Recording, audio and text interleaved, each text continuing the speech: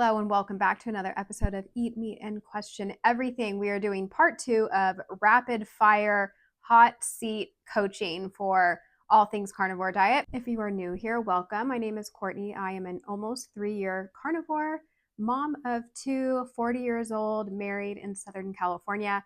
I have lost 55 pounds. I have cleared my acne. I have been able to go off of medication for anxiety and depression. And I just feel amazing eating a carnivore diet, and I just love to share all that with you guys. So we are doing part 2 of a question box that I had in my Instagram story. So if you are not following me on there, come say hello. Let's just dive right into it.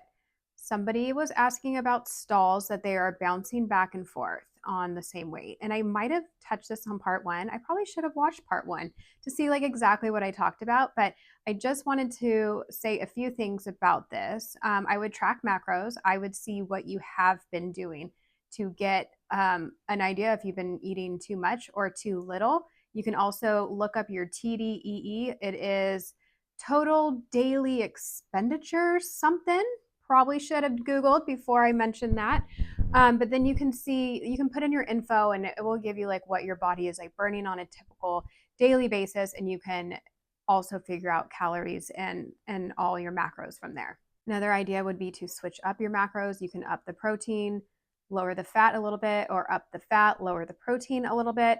Speaking of that, I am actually day 1 of an egg fast right now.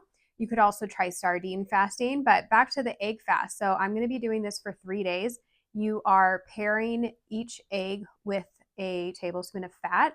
So I'm probably going to land, I've done this before, and it's like super high fat and lower on the protein. So maybe like 90 protein and like 150 grams of fat, give or take. So you're going to eat as many eggs as you need to feel satisfied. And this is essentially just, very high fat macros and ketosis macros. So I am expecting my glucose to come up. Nope. I am expecting my glucose to go down and my ketones to go up.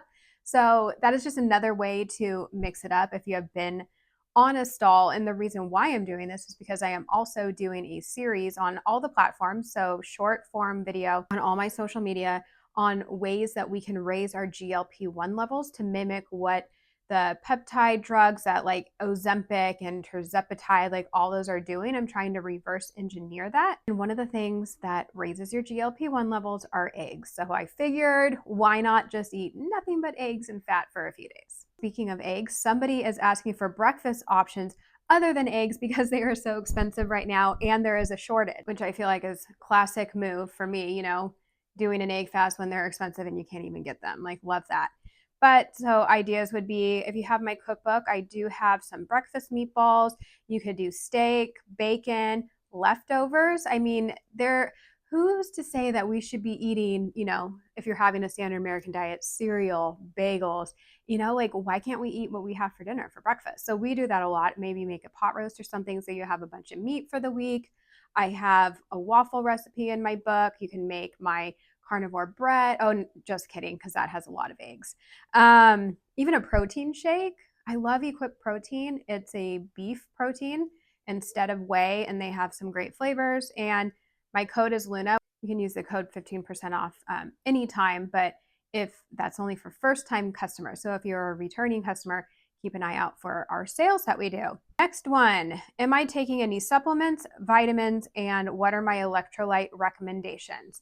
For supplements right now, I am taking berberine. I've been taking that for a few months now, and I did it because I have high glucose.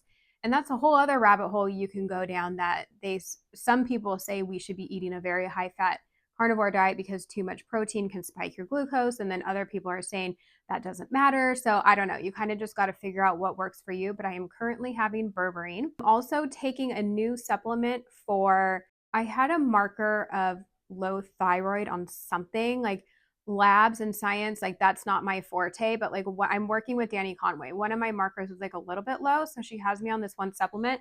Trying to look at it right now, it's like it says something forte. So I also like hesitate to say like what I'm using when it's something that's been like prescribed to me in a way. I guess prescribed's not the right word, but it's been suggested to me by somebody who is like deep dive into my lab. So just because I'm taking that doesn't mean that you should be taking that. So take that info with a grain of salt. And I do take electrolytes. So lately, it's been probably like almost a year now. I've been taking Beam Minerals. So it's electrolytes and minerals. It's a drink. You like pour it in a cap and you take that. But I do also love Element. So I drink their drinks or their packets in my drinks because I actually like the salty flavor. So I mainly do unflavored. There was drama earlier this year with the ingredients and them not being completely transparent. And now I'm blanking on what was it? Dextrose? I don't even know. Sorry about that. And that is something that they have in all the flavored ones. So you don't have to take the flavored ones if that's something that bothers you. You can Google it. You will find all the drama because people were talking about it for like weeks on end there. But if you get their unflavored, then it won't have that in there. So both of those linked below, coupon codes, all that jazz. And let's see, Carnivore and IBS. They have a friend that is interested in doing that. Yeah, I have seen multiple success stories of people that have had IBS and come to a carnivore diet and heal all their issues because apparently it's the fiber that's causing all those issues in your gut. Somebody's husband lost 30 pounds and they are struggling to lose 10. Yep. That is just how it rolls. Men lose weight so much easier. I've heard people talk about like they're just on a 24-hour clock, whereas we are on a 28-day cycle because of our periods and our hormones and all that. So it's just different. Their bodies work differently. They let go of that weight quickly. They can fast better, harder, whatever.